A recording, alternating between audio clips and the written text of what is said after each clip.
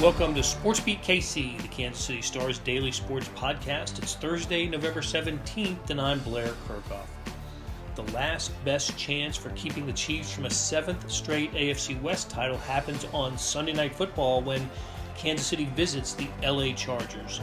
The Chiefs hold a two-game lead over LA and have beaten the Chargers already. Win this one, and only an epic collapse would prevent the Chiefs from taking the division. But there are some concerns. 3 Chiefs wide receivers have missed practice time this week with injuries, and on today's show, beat writer Herbie Teope tells us why to pay close attention to JuJu Smith Schuster's progress. Also, beat writer Jesse Newell shares his thoughts on the emergence of new wide receiver Kadarius Toney, and we discuss the role changes at running back, especially as it pertains to Clyde Edwards-Helaire and Isiah Pacheco. The show started as a SportsBeat Live. Okay, let's get started. Hey, good morning from still chilly Kansas City, and you're on SportsBeat Live, our weekly conversation about the Kansas City Chiefs with the person in the media who knows them best. And today that's Herbie Teope. We've got some absentees today, but maybe one or two will join us a little bit later in the show with conflicts. How you doing, Herbie? I'm doing well, thanks, Blair. How about yourself, man? I'm doing okay. It's good to see you, and it's good to have everybody along talking Chiefs with us. The Chiefs have the LA Chargers on Sunday Night Football, second week in a row for the Chargers on Sunday Night Football. So little primetime exposure for Justin Herbert and the crew. Herbie, we all often start with an injury report, and we'll do that today because it really is significant for both teams.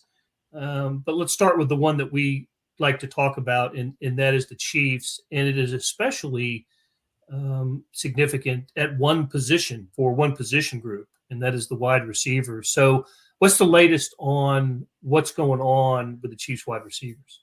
Yeah, there's 3 of them who did not practice on Wednesday. Marquez Valdes-Scantlin's dealing with an illness. Mecole Hardman, who did not play in Week 10 with the abdomen illness, missed another day. So that's 4 straight practices he didn't work. The big one, obviously, is JuJu Smith Schuster, who remains in the concussion protocol.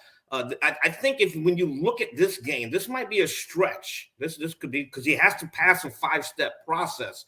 So he didn't practice yesterday, and some of the stuff that is involved in this is limited activity, aerobic exercise, football-related activities, and then full practice, and then he has to be cleared. And, trying to get that done before Sunday, I think is going to be a stretch for the Chiefs. But it's like you had 3 wide receivers who didn't practice on Wednesday. The one to really worry about is JuJu Smith Schuster. I think Marquez Valdes-Scantling, depending on if he's on the practice field on Thursday and Friday, should be good.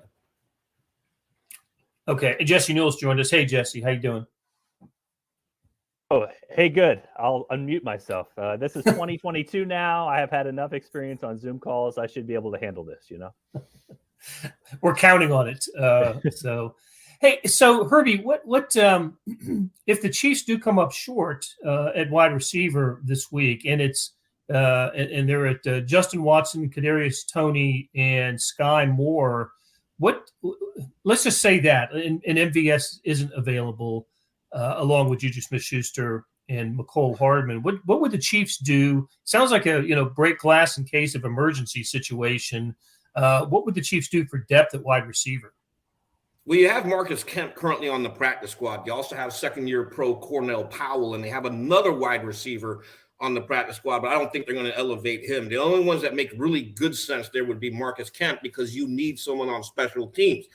That said, you might see a lot more 13 personnel packages out of the Chiefs. You have Jody Fortson there, and a converted wide receiver. So if in an emergency pinch, if you need that 5th wide receiver, he's someone you could probably rely on. But in the perfect world, they don't have to deal with this scenario. Marquez Valdes-Scantling probably back.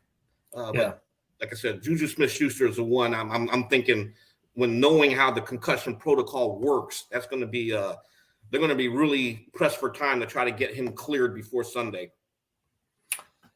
And maybe, Jesse, some more snaps for Sky Moore. Seems like every week there's another reason why Sky Moore is not not more involved in the offense. And of course, the latest reason would be the emergence of the newcomer, Kadarius Toney. But it might be some interesting distribution of snaps for the wide receiver group. Yeah, it could be. And, I mentioned this last week. I think Sky Moore, I was most worried about him last week, where the Chiefs manufactured touches for Kadarius Toney, and Sky Moore was not contributing that much. And then Kadarius Toney came through with a 90-yard performance last week as well. Sky Moore was in for a lot of routes. It feels like at this point, Justin Watson's kind of their security blanket. He ran a lot of the different routes that JuJu would have ran in that previous game. We saw earlier in the first Chargers game that when McCole Hardman came out with injury, that Justin Watson was the one that came in and ran his route on that particular play. So I don't think that Justin Watson gives them the highest upside of all the receivers, but I feel like he has really good chemistry with Patrick Mahomes, and they seem to trust him quite a bit with the offense. So if you're looking for a guy who might get more snaps comparatively, it's probably Justin Watson. But yeah, another week for Sky Moore to show he can contribute. Obviously, Kadarius Toney has taken away his punt returning duties, which is probably good for everybody involved. So Sky Moore can now focus on the offense. I still have high hopes for him in the future. It doesn't have to be a linear process. Sometimes you can kind of take jumps as the season goes along. But yeah, it's time for him to show a little bit more than he has recently and to gain some chemistry with Patrick Mahomes. We've seen some routes from him lately where he's gone a certain way, and Patrick Mahomes has kind of told him he wanted him to go a different way. So gaining that chemistry, gaining that confidence, it seems pretty important for him at this moment, and he might get more snaps here against the Chargers. Maybe that can get him going. I want to get into Kadarius Toney with you, Jesse, in a little while, a little bit deeper, because it really has been a really interesting couple of weeks on the team for Toney and his contributions. And I know he was a subject of your breakdown this week that was really interesting. But a couple other things I want to get to first. And Herbie, Chargers, their annual injury fest, it's unbelievable with this. I don't know if another franchise deals with injuries on a regular basis, more regular basis than the LA Chargers. It looks like they're going to get a couple of their guys back this week. Yeah, the Chargers are, when you look at them historically over the last 5-6 seasons, that's probably the most snake-bit team in the NFL. And it's not just two backups.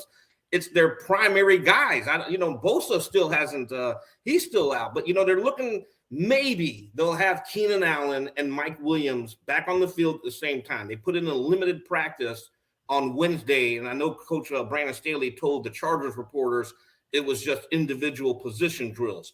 So maybe they're going to try to ramp them up slowly before Sunday. But as we've looked at the Chiefs this season, teams that have been hurt, they seem to get healthy just right in time to play the Chiefs. But Keenan Allen, that's a hamstring injury. Mike Williams is an ankle injury. And, those injuries, if you push them too fast, you're going to hurt them down the road. So we'll see what happens here. Yeah, but they're down a couple of defensive linemen now too.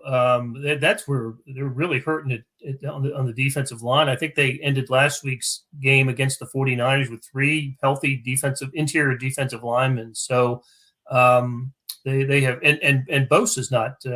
He's on IR. I don't know. I don't know when he's going to be back, but it ain't going to be this week. And there are all kinds of issues with the LA Chargers.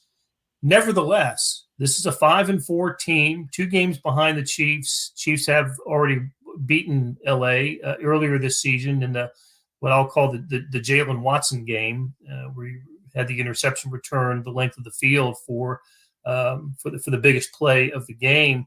But really, I kind of look at this game as sort of the last gasp stand for the Chiefs not to win the AFC West, and for them not to win their 7th straight division title. The Chargers are going to have to win on Sunday night. If the Chiefs come out of there with another victory, which would be their 9th in a row on the road against the Chargers, if the Chiefs end up coming out of there with a victory, 3-game lead, would have swept the Chargers, and the Raiders and the Broncos, are determined not to be a factor in the league race this year. This is it, isn't it, Herbie? It's clear sailing for the Chiefs if they get a win down there. Yeah, it's kind of hard to see them not winning the AFC West at this point. I mean, they do have a Sunday night football game in December against the Broncos, but that's a game they should easily win, given what we've seen out of the Broncos this season. And then obviously the season finale against the Las Vegas Raiders. But the Raiders have shown absolutely no signs of life this season. They're up, they're down, they're all over the map. And this is, it's funny because during the offseason, we looked at how the AFC West loaded up. And, a lot of big names coming into this division to face the Chiefs. And none of those teams have really lived up to their billing, with the exception of the Chiefs. And it's funny because, the Chargers, the consistently AFC West offseason champion, it just hasn't materialized. No, not yet. Again, there's still an opportunity for the Chargers, but they have to win and then need the Chiefs to stumble down the stretch, and the Chargers would have to continue to play well. I think the Chargers have actually been fortunate this year to be 5-4. They got a win at Cleveland with when the Browns missed a field goal at the end. So they haven't played and the difficult half of the Chargers schedule is now. The first half was the easy half for LA. So, and as I mentioned, 8 straight wins for the Chiefs as the visitors. Now it's crazy, right? Being a visiting team against the Chargers means having played in San Diego, Mexico City, Carson, California, and now SoFi Stadium in Inglewood. So it's not like the Chargers have had a permanent home to play in. But I got a little trivia question for you. See if you can get this. The last Chiefs quarterback, who was the last Chiefs quarterback to lose to the Chargers on the road? So the year was 2013. That might give you a hint. And I'll let you think about that. a little bit. And while we think about that, I want to get into running backs as well. And interesting developments has Herbie nailed it. Nailed it, Herbie. Good job. The quarterback was Chase Daniel. That was Andy Reid's first year in Kansas City, and they had already clinched their playoff position. So Andy Reid played his backups. I remember Niall Davis started at running back that sunny afternoon in San Diego, and the Chiefs almost won that game. They missed a field goal at the end of regulation that would have won it, ended up losing in overtime. And I think the Chargers needed to win it to get into the playoffs that year. So it was interesting. Chase Daniel was the starter and the losing pitcher for the Chiefs that day. Okay, hey, thoughts on the running backs here. I thought it was, Andy Reid said it was just a matter of circumstance that Isiah Pacheco got all those carries and had all that playing time, all those snaps, and it just didn't work out in the rotation with Clyde Edwards-Helaire. Are we buying that, Jesse? No.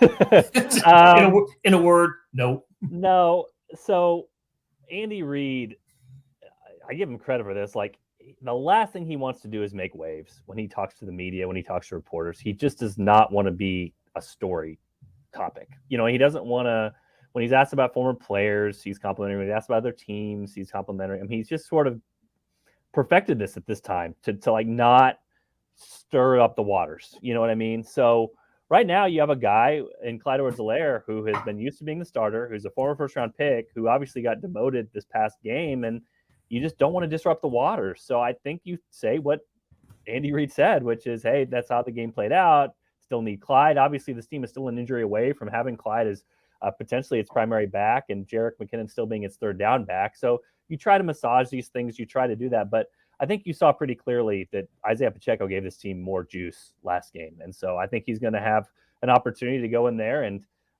prove that he's not the back, because he ran with better vision. He ran with physicality. He obviously had the fumble, which was super costly. We can't overlook the fumble. I mean, it was like a negative 6-point play when he lost that fumble in the red zone. So that is a big deal. And if fumbles continue to be an issue, it will be a big deal. They will most likely go back to Clyde Edwards-Helaire.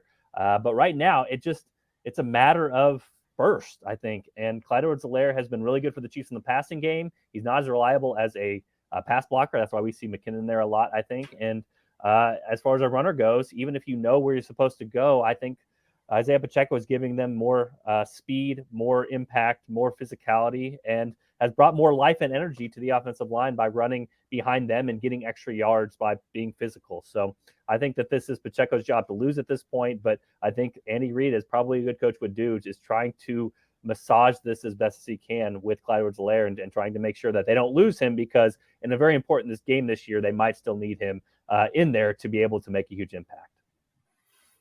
So Herbie, more Pacheco, is that the forecast? Well, yeah, and this game here on Sunday sets up very well for him. The Chargers ranked 30th against the run, allowing almost 147 yards on the ground per game to the opponent. So if they want to pound the ball, for all you fantasy people out there, I think this is a perfect game to start Isiah Pacheco. Yeah, I agree with you. And for veteran Chiefs watchers who have studied the Chiefsology, Andy Reidology over the years, Jesse, you brought up a good point. He survived fumbling. Not only did he survive it, but when the Chiefs got the ball back, the first attempt went to Isiah Pacheco, and I thought that was interesting. And it was mindful. And I should have thought about this at the time. It was mindful of the occasion in 2017, the first year of Kareem Hunt, who in the opening game at the New England Patriots, one of those Thursday night football games, because the Patriots had won the Super Bowl the previous year, Kareem Hunt fumbled on his very first attempt as an NFL player, fumbled it away. And when the Chiefs got the ball back, he got the ball that first snap. So it's weird how this is. There have been other players who have had a fumble or two, and they don't get that favored nation status. I mean, it's I can think of LaShawn McCoy losing a big fumble against the Colts about 4 or 5 years. The year the Chiefs won the Super Bowl, and that was kind of it for him. So I guess there's more factors that go into it when you lose a fumble for the Chiefs, but it is absolutely frowned upon, to put it mildly, losing a fumble. But if you're part of the game plan, that doesn't seem to change for the Chiefs. If you fumble, you get a second chance. So I thought that was a good point that you made.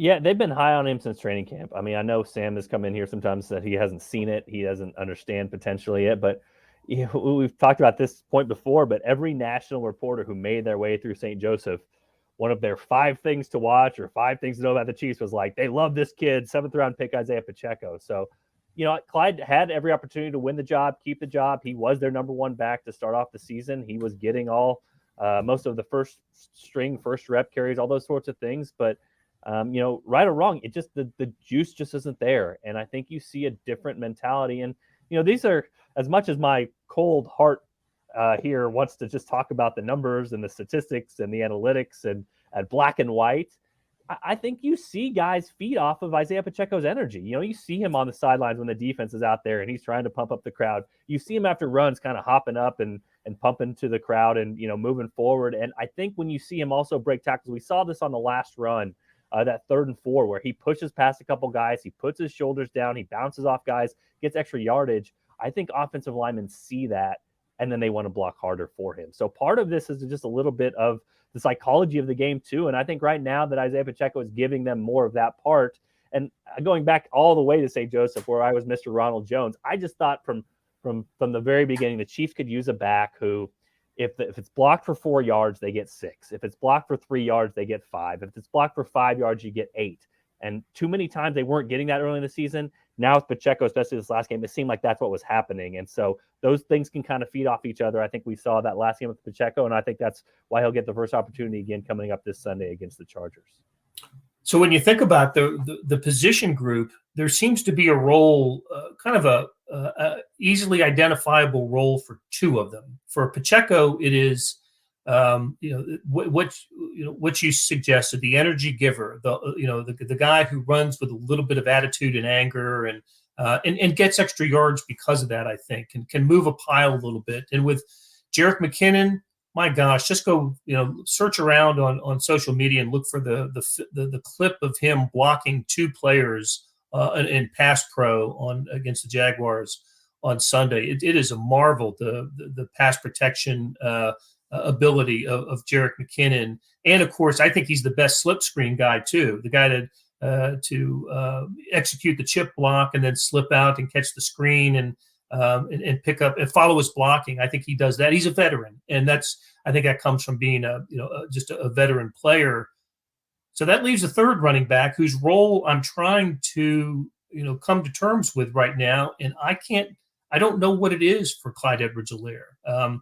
He's not as good in the receiving game as McKinnon. He doesn't run as hard as Pacheco, and so I think Andy Reid can say what he needs to say and keep everybody happy. Try to keep everybody happy, but I'm just not sure what the role is for Clyde Edwards-Helaire. Yeah, it's something underrated you talked about, Blair, which was Jerick McKinnon led the Chiefs in targets last game. He had 8 of them. So you talk about their trust in him in the pass game. That was something that obviously they showed. And Patrick Mahomes not only trusts him in the passing game, but also trusts him with some of the pass protections that he spoke about yesterday as well with that viral clip that Patrick Mahomes shared on his social media accounts too. I will push back a little bit, Blair. I think that Clyde Edwards-Helaire is better in the pass game than Jerick McKinnon is. He runs really good routes. We've seen a couple of those angle routes. They call them Texas routes where you go out, kind of fake the guy out, and then come back in. He's made some big plays on that this year. I think he's better at that than McKinnon. I think he gives them more juice, better routes, better footwork than McKinnon does. I just think that they think McKinnon is reliable. You know what I mean? Like they know what they're going to get in pass protection from McKinnon. So it makes him a perfect third down back. It makes him a perfect 2-minute drill sort of guy for them where you just leave him on the field. You know what you're going to get. And your whole passing playbook is opened up because he can either block or you can go out and catch. I don't think they feel that same way about Clyde Edwards-Helaire, at least at this point. So yeah, you're sort of searching here to find a way to get Clyde there. I think so much to me of football, we talked about how the Chargers just deal with all these injuries. It's maintaining depth.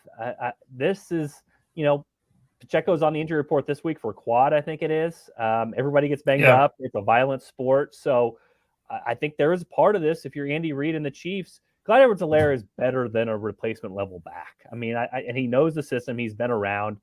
You have to try to keep him engaged because who knows who's going to win the playoff game for you. You know what I mean? And that's the same thing with Ronald Jones. I mean, Pacheco, he runs so hard. He can get injured at any moment. And so the Chiefs need to try to keep those guys engaged, keep them going. But to your point, what does he do better? I think he's a better pass catcher than anybody else in the backfield, but that doesn't lend itself well to playing time at this particular moment. That doesn't mean that one snap away, he could be the Chiefs' best back in those first and second down situations if Isiah Pacheco goes down. So I think you sort of, again, keep him engaged, keep him going, try to keep him upbeat because there is a moment in this season, very likely, that they'll need Clyde Edwards-Helaire to step up for them and be the type of back that Isiah Pacheco is for them right now. Another chapter of Chiefsology or Randy Reidology is the use of a newcomer at wide receiver. Everybody kept waiting for Josh Gordon to contribute in a big way when the Chiefs acquired him, and it just never happened. He got into the end zone one time on one of those wide receiver screens, right? And that was it from 1 yard, and that was it for his scoring. And there was never a highlight reel play. We just kept waiting because of what he had done in the past. Well, Kadarius Toney in 2 games has, especially in game 2, has really emerged as a threat, and we're not waiting on it. It's here. And after watching what happened on Sunday against the Jags, I think he's just going to be more and more involved in things, especially if the injury situation for the Chiefs doesn't improve much during the week. He's going to get snaps, and he absolutely brings an element to the Chiefs that they had a little bit in McCole Hardman, no doubt about it. The jet sweep, the pop pass, that type of going horizontal. But what I saw from him, just every time he touched the ball, if it wasn't an electric play, the opportunity for an electric play was there. And you got to break him down earlier this week. What did you see? Yeah, so I was surprised by how much he played because of what you talked about, which is it's so hard to play receiver for Andy Reid. You learn all the different positions, you learn all the different routes. So the first week was pretty obvious. They kind of had a package for Kadarius Toney, like, hey, you're going to learn this and this and this, and this is what you can be in there for. The second week, we saw him play different positions. We saw him run different routes, all those sorts of things. But the main strength he has is what you mentioned, Blair. Like in short spaces, what he can do. They always talk about making you miss in a phone booth. Like we saw that run down the sideline where he shook free from one guy who was standing there in the flat. I mean, that's a zone defender in the flat waiting for Kadarius Toney. He shakes by him. Like the big play, that's all Kadarius Toney. He shakes by him, spins by another guy. Like the ability to make guys miss. We saw the jerk route in the first week is what it's called, where he goes upfield, he fakes outside and then cuts back inside and made the Tennessee defender fall down. Those are the sorts of things we know Kadarius Toney's good at that stuff. Like that's what he brings. He brings that sort of life, that fidgetiness, like that sort of Mecole Hardman level, and maybe even a step above that, ability to make guys miss in space. I think what we didn't know, and Travis Kelce talked about this in his podcast this week with his brother on New Heights. I think it's the number one podcast in the world when it comes to sports. So they're obviously doing a good job with that. But the one route he ran, the last one where he goes slant and go, the one where the defender interfered with him, and now it's kind of viral. He shows him he's adjusting his gloves as he goes up. But the ball skills he shows for a smaller player to go up above and what they call moss somebody, Randy Moss, go up over a defender and catch it. That's what we didn't know. And so going this breakdown with Brett Tabo, the guy I do it there every week, a longtime offensive coordinator, we're talking about these plays and we're talking about, hey, Toney has this ability to make guys miss. He's really quick twitch, all these sorts of things. Like, okay, these are things we know about. And we get to this play and Brett's like, hey, this is what we didn't know about it. This is what we didn't understand. And this is like, take a deep breath. I didn't even want to really say this, but you kind of have to bring it up. Like on that one play, he looked like Tyreek Hill. Like that is what Tyreek Hill brought to the Chiefs when maybe you thought he was a gadget player out of the 6th round. And all of a sudden he has these ball skills. He goes up and gets the ball. So if he shows more of that, that's big time for the Chiefs. You're talking about a guy on a rookie contract they have for 3 more years of control, potentially 4 more years of control. Wow. That's, again, the first part of that, the good version of Mecole Hardman is really good for the Chiefs. The second part of that, the rest of the league might, really wish that they wouldn't have let the Chiefs get this guy if he's showing that sort of thing. But it's a credit to him, credit to the Chiefs, and credit probably to the organization that you take a guy who they could not get on the field for the Giants, who are desperate for receivers, and he comes in with the Chiefs in 2 weeks. He looks fully healthy and looks like he's bought into the team-wide ways. And kind of reminds me of the Dodgers a little bit. It seems like the Dodgers turn every pumpkin into, a crystal ball or a shiny diamond when it comes to pitching. The Chiefs turned this guy who would not get on the field for the Giants, and it sure seems like he's going to be a major impact player for them down the line. Fun to watch, no doubt about it. How about it? Let's do a quick. We haven't talked anything about the defense. It's all been wide receivers and running backs. Let's quickly give a shout out to one Colin Saunders. What a nice game he had Sunday, and just a nice stretch for him.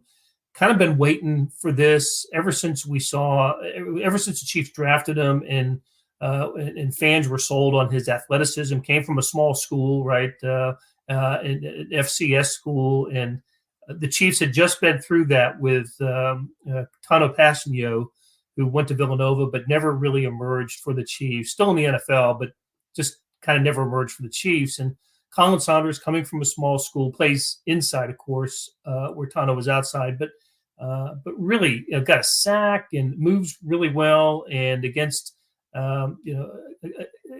maybe it was at the Tennessee running game that prompted changes for the Chiefs. But at any rate, he's playing more and looking really good. Yeah, he is. And we talked about this. This is not a guy we talked about much in training camp at all.